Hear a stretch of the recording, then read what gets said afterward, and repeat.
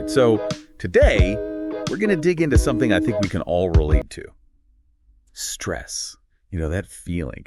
You've sent over some seriously interesting research on how to deal with it, so we're going to break down those key takeaways and, maybe even more importantly, figure out how you listening can actually use this information to, like dial down the pressure in your own lives. Yeah, definitely. And it's a topic with a lot of layers to it. Like, it's not always as simple as it seems. So in this deep dive, let's try to peel back those layers and get to the good stuff, the stuff you can actually do something about. I like that, peeling back the layers. So this source, like right off the bat, talks about how stress is this primal physical thing. It's called the fight or flight response, hardwired into us from way, way back when our ancestors were more worried about, like, saber-toothed tigers than deadlines. Exactly. Like, picture a T-Rex charging at you. Heart's pounding, palms are sweaty, right? That's your body getting flooded with adrenaline, cortisol. It's getting ready to either fight that dinosaur or run like crazy. Except now, it's not dinosaurs, right? It's work deadlines and relationship stuff and bills piling up. But here's the thing.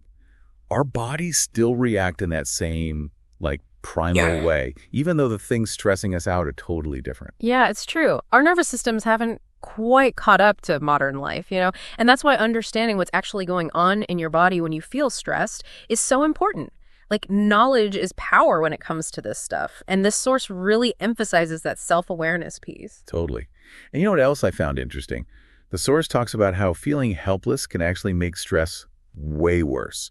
Like, when you feel like you have zero control over a situation, the stress just goes through the roof. Have you ever noticed that? Oh, absolutely. That feeling of helplessness. It's like a supercharger for your stress hormones, and then it creates this awful cycle. You feel overwhelmed, so you kind of shut down, which just makes you feel more helpless, and round you go. Ugh, that is such a bad cycle. So how do we break free? What does the source suggest? Well, it's not about becoming some kind of stress-proof robot. I mean, the source is clear that a certain amount of stress is, like, totally normal, even healthy sometimes. It's more about shifting your perspective. Instead of feeling like stress is happening to you, it's more like, how can you manage it? Recognize that you have some control in how you react. Okay, yeah, I like that, taking that control. It reminds me of this one time. Oh, tell me. Okay, so I'm supposed to get this big presentation at work, and I'm super nervous, like majorly freaking out. My heart is pounding. I can't even think straight. I'm about to call in sick with a case of I can't adult today. Oh, no. The worst feeling. Right. And then I remembered something I read, I think it was from a previous deep dive, actually, about mindfulness. Ooh, interesting. What happened? So mindfulness, right. I always thought it was all about, like, meditation retreats and stuff. But the source I'm looking at for this deep dive explained it in a way that finally clicked for me. It's about being present right here, right now, without all the gesture, just noticing what's happening in your body and mind. Exactly. And it doesn't have to be complicated. In fact, this source highlights some really simple techniques that you can use to tap into that mindfulness, even when you're totally stressed out. Like that 4-count breathing exercise. Breathe in for 4, hold for 4, out for 4. I literally snuck off to an empty conference room right before my presentation and did that breathing exercise like a bunch of times. And it really helped. Honestly, it was like hitting the pause button on my anxiety. That's awesome. It's such a powerful technique. And it works because it kind of interrupts that shallow, rapid breathing that happens when we're stressed, So by slowing down your breath, you're kind of sending a signal to your nervous system that it's okay to chill out for a sec. So I was tricking my brain into thinking there was no big presentation about to happen, no T-Rex attack. Just breathing. Exactly. And the cool thing is, the more you practice deep breathing, the more natural it becomes for your body to, like, access that calm state. Oh, so it's like building a muscle, but for your brain. Okay, Yeah. That makes sense. Yeah. I'm all about adding more tools to my stress-busting toolkit. And that one seems really doable. And speaking of tools, the source also talks about exercise, which just makes sense, right? Whenever I'm feeling super stressed, a good workout always helps to clear my head. Oh, yeah, for sure. And it's not just about, like, blowing off steam. The source actually explains the science behind it, which is pretty cool. Basically, exercise triggers the release of endorphins. Those are your brain's natural mood boosters. So it's like taking a happy pill, but, without the actual pill. Wait, really? There's actual science behind that post-workout glow? I always just figured I was imagining it. Nope, it's legit. And the best part, it doesn't have to be some crazy intense workout either. What kind of exercise do you enjoy? Even just going for a brisk walk can make a difference. I'm more of a dance around my living room kind of person. Sometimes I'll just blast my favorite playlist and let loose. I love that. Whatever gets you moving, right? The important thing is finding something you actually enjoy so you'll keep doing it. So true. Okay, confession time. When I'm stressed, I crave all the junk food. Chips, cookies, you name it. But the source we're looking at says that might actually be making things worse. Yeah, unfortunately, that's often the case. It's that whole vicious cycle thing again. You crave those comfort foods, you get that quick hit of dopamine, but in the long run, all that sugary processed stuff can actually make your stress levels go even higher. Ugh. It's always the things that make you feel good in the moment that backfire later, isn't it? Yeah. Okay, so if I'm not supposed to be scarfing down chips when I'm stressed, what should I be eating? This source talks about nourishing your body. What does that actually look like, practically speaking? Yeah, so it highlights some specific nutrients that are really helpful for dealing with stress, like omega-3 fatty acids, magnesium, and B vitamins. Okay, so instead of chips, I should be reaching for, like, salmon and leafy greens. Now you're getting it. It's all about giving your body the good stuff, the stuff it needs to handle stress. Those nutrient-rich foods can really make a difference in how you feel. It's crazy how much our diet affects not just our physical health, but, like, our mental well-being, too. It's all connected. And speaking of connection, the source talks a lot about how important social support is when it comes to dealing with stress. Like, sometimes you just need to vent to a friend, right? 100%. Bottling things up just makes it worse. And sometimes just saying what's stressing you out loud can help you feel a little calmer, a little less overwhelmed. It's like you're sharing the burden a bit. Yeah. Right? And it's not even always about getting advice or solutions. Sometimes it's just about remembering that you're not alone in whatever you're going through. Totally. We're social creatures, you know? Having those connections, those people you can rely on, that can make a huge difference in how you handle stress. The source also talks about setting boundaries, which I think is so important. Boundaries, that sounds like a whole other deep dive in itself. But you're right, it's important. Saying no is hard, but sometimes it's the best thing you can do for yourself. It really is. This source makes a good point about reframing boundaries as self-care. Oh, I like that. So it's not selfish. It's like an act of self-preservation. Exactly. It's about protecting your time and your energy and your emotional well-being so you can show up as your best self, you know? Okay, so we've covered a lot already. Breathing, exercise, what to eat, the importance of friends, and those all-important boundaries. Yeah. But there's one more thing I want to mention before we wrap up this part of the deep dive, and it's something that stresses me out just thinking about it. Time management. Oh, I feel you. Time management. It can feel like one of those impossible things we're all supposed to be good at. Right. But this source actually has some really practical tips, which is great. What stood out to you? What can we do to wrangle our to-do lists and not feel completely overwhelmed by it all? Honestly, the biggest one for me was breaking things down into smaller steps. It's so easy to get stuck when something feels too big, you know? But those small wins, they can really help you make progress and feel less overwhelmed. It's like that saying, how do you eat an elephant? Yeah. One bite at a time. Okay, maybe a weird analogy, but you get what I mean, right? I get it. And the other thing is being realistic about what you can actually do in a day, in a week. We put so much pressure on ourselves to get stuff done, and then we beat ourselves up when we don't get to it all. All the time. It's like we're setting ourselves up for failure from the start. Totally. So it's about finding that balance between, you know, wanting to grow and do all the things, but also being kind to yourself in the process and realistic. This is so helpful already, and we've only just scratched the surface. You know, we were talking about things that can really impact your stress levels, and I think it's important to really, emphasize just how much sleep deprivation can mess with your ability to deal with stress. It's like, you know, trying to drive a car with the emergency brake on. You're not going to get very far. Oh, the worst. You might inch forward a bit, but you're going to burn out the engine eventually. Exactly. And this source makes a really interesting point about how reaching for caffeine when you're constantly tired is kind of like putting a Band-Aid on a much bigger issue. You're masking the root cause, which is that your brain and body are like, hello, we need a timeout. Right. So it's not just about feeling grumpy and out of it. Although, let's be real, I'm not exactly a ray of sunshine when I haven't gotten enough sleep. But seriously, what's going on in our brains when we're running on fumes? Well, the source I'm looking at says that when you're sleep deprived, it's harder for your brain to regulate your emotions. Imagine, the emotional control center of your brain is your phone battery, right? Get enough sleep, you're fully charged, ready for whatever pops up. But running on empty, not good. Let me guess. You're going to have a meltdown when that low battery notification pops up. You got it.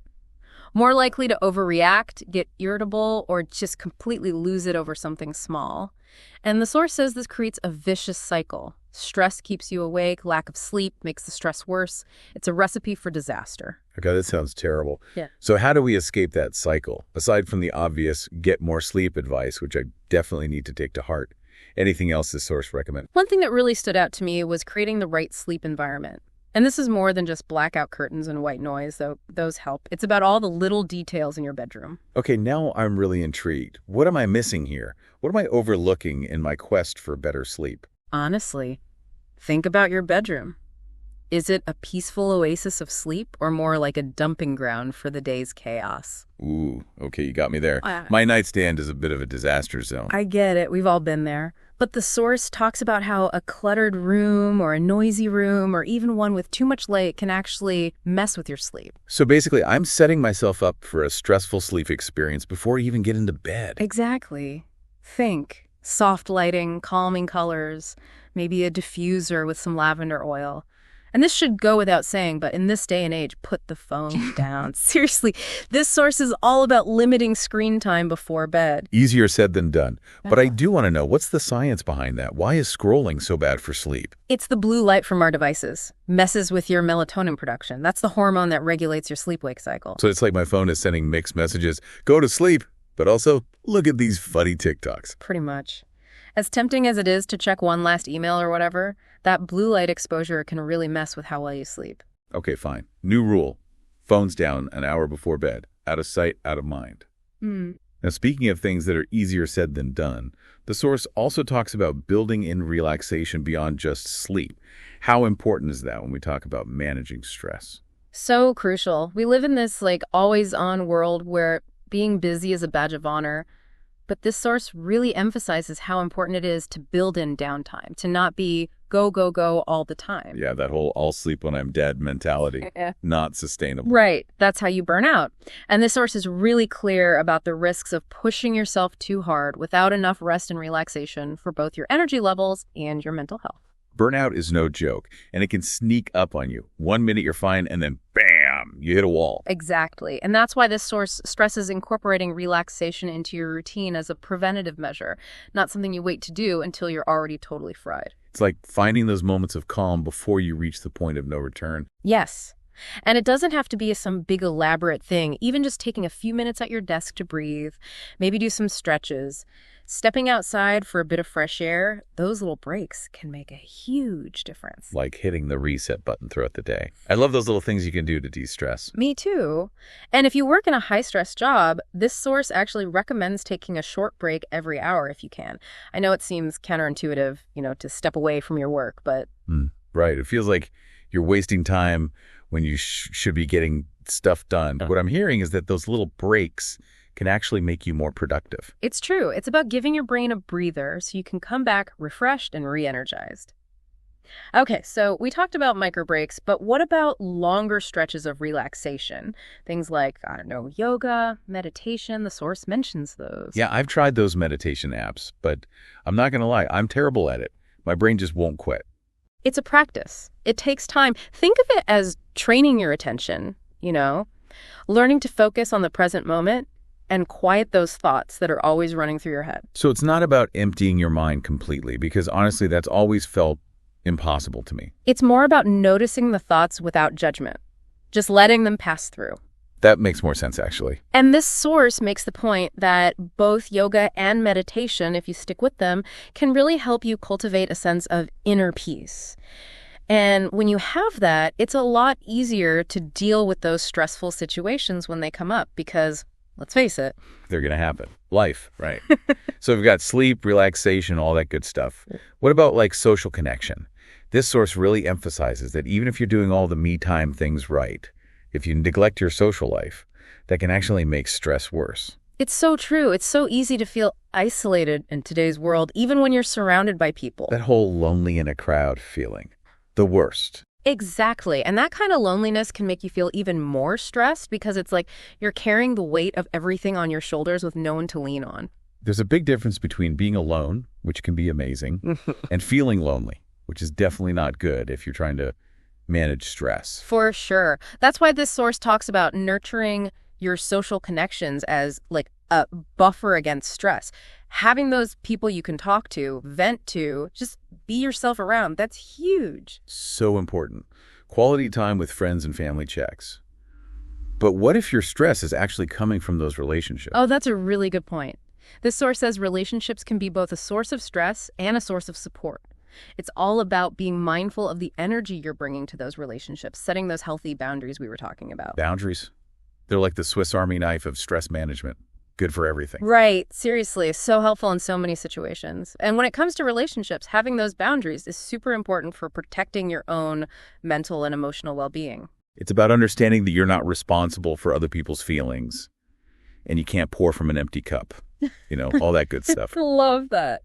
And if you're dealing with a relationship that's causing you a lot of stress, don't be afraid to ask for help, whether it's a therapist, a counselor, or even a really good friend. Sometimes just talking things through can make a world of difference. Totally. It's so easy to think we have to figure everything out on our own, but there's no shame in reaching out for support. Sometimes that's the bravest thing you can do. Okay, so we've talked about sleep, relaxation, taking care of those social connections. But there's this other piece that the source really dives into, and it's about finding balance. How do we actually do that in our busy, chaotic lives? That's the million-dollar question, right? I think for a lot of us, that feeling of being off balance is a huge source of stress. Life is a juggling act. You've got work, family, relationships, all your responsibilities, your own personal goals. And when one or more of those areas is out of whack, you're going to feel it. Like you're trying to spin all those plates at once and hoping none of them crash to the floor? Exactly. And that's why it's so important to regularly assess your priorities. It's not about finding perfect balance that doesn't exist. It's about figuring out what really matters to you and making sure you're spending your time and energy in a way that feels aligned with those priorities. I love that. It's so easy to get caught up in the day-to-day and lose sight of the bigger picture. But if you don't stop and check in with yourself every now and then, things can get messy. So how do we do that? Where do we even begin?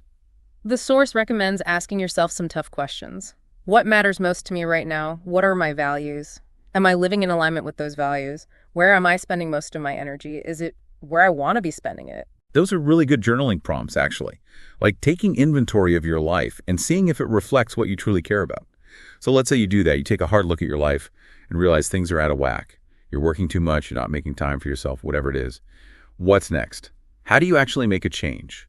So we're talking about recognizing those imbalances, those areas in our lives where things feel a little off. But what then? How do you actually shift gears and create more of that, balance that we're all craving?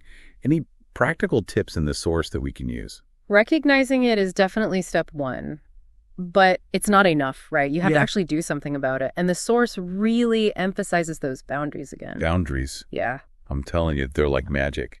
Or at least that's what it sounds like from all this research. And it sounds like it's not just about saying no to other people, but also about saying yes to yourself, to what you need. Am I right? Yes, 100%. It's about recognizing that you only have so much time and energy to give, and you get to choose how you use those.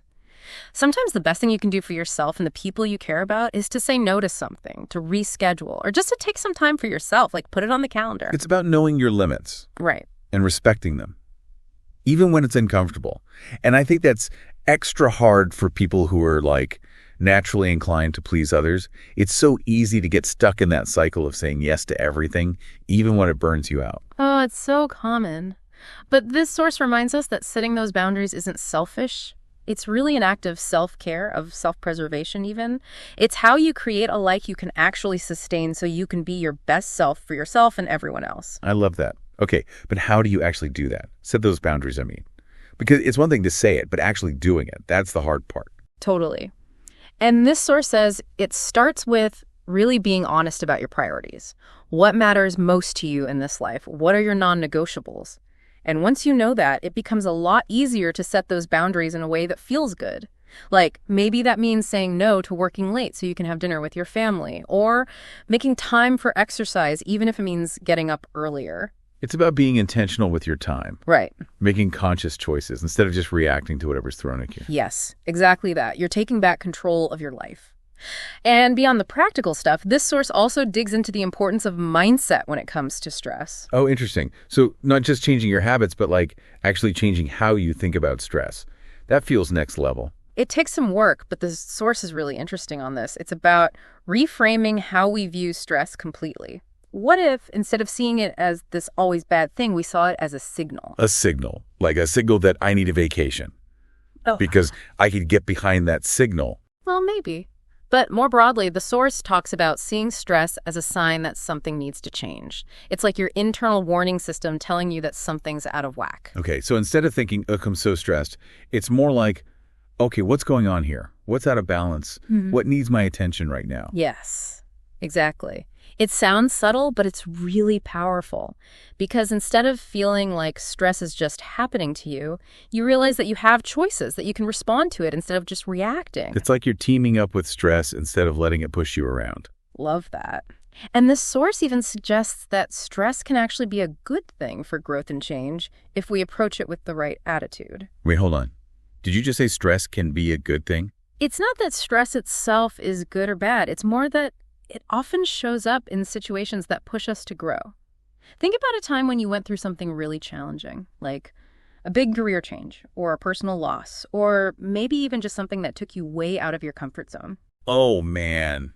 Don't remind me. I still have flashbacks to that time I had to give a presentation in front of, like, my entire company. I was so stressed. That you did it. And I bet you learned a lot from that experience, right? Maybe it helped you build your confidence or resilience. You know, as much as I hated it at the time, I think you're right. That whole experience, stressful as it was, definitely forced me to grow in some ways. Exactly. It's like those tough times, those stressful times, they can be amazing opportunities to learn, to adapt, to build that resilience. And it's not about pretending that it's not hard. It's about recognizing that there's also potential for growth in those challenges. Okay, I'm convinced. This whole mindset shift thing is powerful stuff. It's not about wishing stress away, because let's be real, that's not going to happen. It's about figuring out how to deal with it in a way that helps you, not hurts you. Okay, before we wrap up, there's one more thing from this source I want to mention, and something I think we forget as adults sometimes. Play. Oh, yes. So important. We can't take ourselves too seriously all the time, right? This source makes a really good point about bringing play back into our everyday lives, not just for our kids, but for us. It can help reduce stress, make us more creative, and just make us feel better overall. So are we talking like building pillow forts and having water balloon fights? Because I am here for that. Hey, if that's your thing, go for it. But it doesn't have to be that elaborate. What lights you up? What makes you feel like a kid again? For me, it's being in nature, getting my hands dirty in the garden. Oh, I love that. It's like a metaphor, right? Yeah. You plant the seeds, you take care of them, you watch them grow. Exactly. And sometimes my version of play is just putting on music and dancing it out in my living room. The best. See, those are the things you actually want to do, not the things you feel like you have to do. Yes, and that's where the magic is. When you're fully present, enjoying yourself, your stress levels naturally go down. This source even talks about how play releases endorphins, those feel-good chemicals, and it helps us remember that life isn't all work and to-do lists. It's about finding those little moments of joy wherever you can and making them a part of your everyday life. Yes. And those moments of joy, they're like little antidotes to stress, you know? They help us get through those tough times with a bit more grace and maybe even a sense of humor. This has been such a great conversation. I know I've learned a lot about stress, what causes it, how it impacts us physically and mentally, and most importantly, what we can actually do about it. What about you? Me too.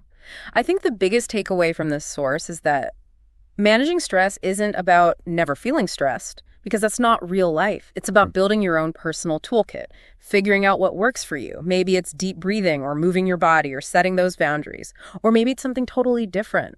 The important thing is to find what works and don't be afraid to try different things. Exactly. Give yourself permission to experiment. And remember, you are not alone in this. We all experience stress. It's part of being human. So true. And if you're struggling, don't hesitate to reach out for support, whether it's a friend, family, therapist, whoever. Talking it out can make a world of difference. Absolutely. All right, listeners, that's it for this deep dive on stress. We hope you found it helpful, and we'd love to hear from you. What resonated? What are you going to try? Hit us up on social media and let us know. Until next time, take care of yourselves.